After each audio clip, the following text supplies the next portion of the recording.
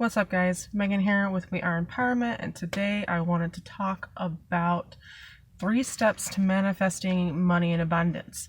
Now, I actually did another video kind of on this topic, and it goes into a little bit more detail as to why and how we're able to manifest money in abundance. So if you want to check out that video, I'll link a card up above. But for now, let's kind of get right into it. So this is just a little bit of a different take on it, and I think it'll kind of help you understand a little bit more as to how exactly you can manifest money in abundance quicker into your life, and on an everyday basis. Now, the first thing is that you want to focus on raising your vibration. That's the number one thing. You can't manifest anything into your life without first raising your vibration, because if you're not at a vibrational match to receive it, it's not going to come.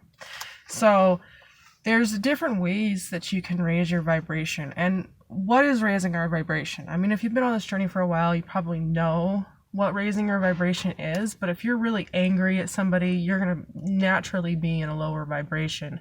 But if you're, happy and joyful and doing things that you love and in a creative state, you're raising your vibration.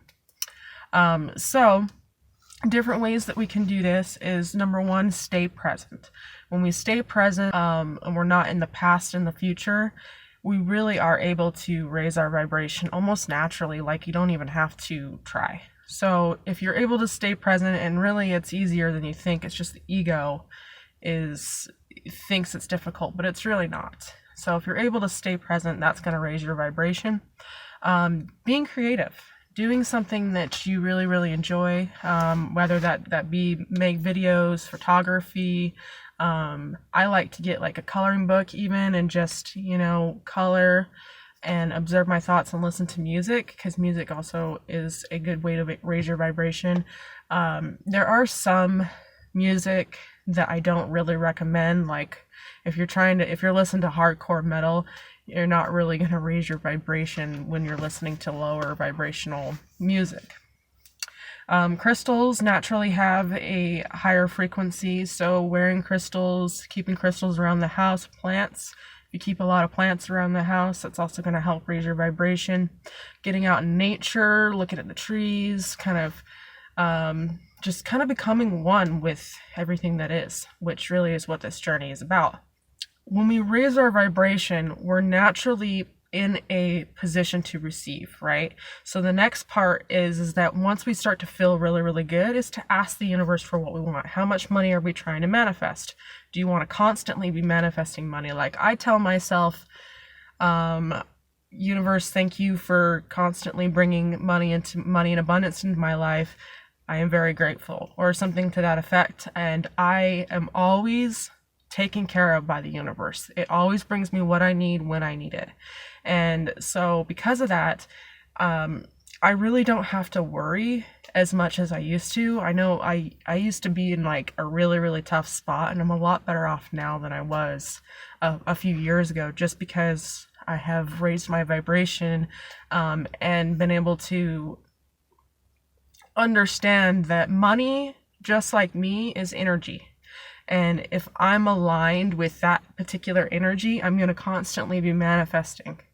And maybe start out small, because you really have to get into a position where you trust the universe, which sometimes can be hard, because if you don't trust the universe to bring you money in abundance, then you're just causing more resistance, and it's not going to come. And then also with being present, if you're constantly in the future thinking about it, and this is kind of getting into the last step, but if you're constantly into the future thinking about it, it's never going to come. So staying present is very, very important. Now the last step is going to be to let it go, which is very, very difficult for some people, especially if you don't have that faith and don't have that trust. That's why I suggest starting out small and really watch how manifestation plays out into your life. And then you can start to manifest bigger and better things. That's kind of how I started. I'd start out with a couple $100 and, watch it manifest in my life. And then I would, then I manifested a job making a lot of money. And now I'm dreaming even bigger, I'm going on YouTube. So keep dreaming, keep manifesting, but remember that you have to let it go. You have to stay present in order for those things to come into your life. When something that can help you when you're trying to let go is to anchor yourself into the now.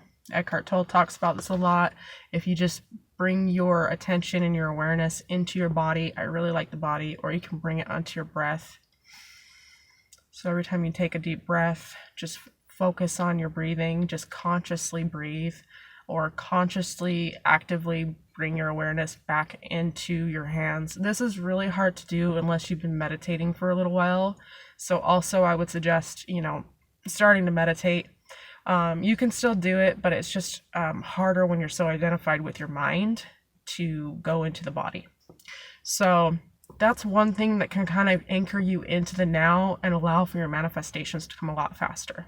The other thing that I recommend when it comes to letting go is to focus your attention on something else, right? So now over the years, I've noticed that if I'm going to try to focus my attention onto something else, I'm going to try to focus my attention onto something else that's not me trying to manifest something. So if I'm trying to manifest a job, or I'm trying to, build a business, or I'm trying to, attract a relationship into my life, I don't want to focus on either of those things, right? Because I'm trying to manifest them.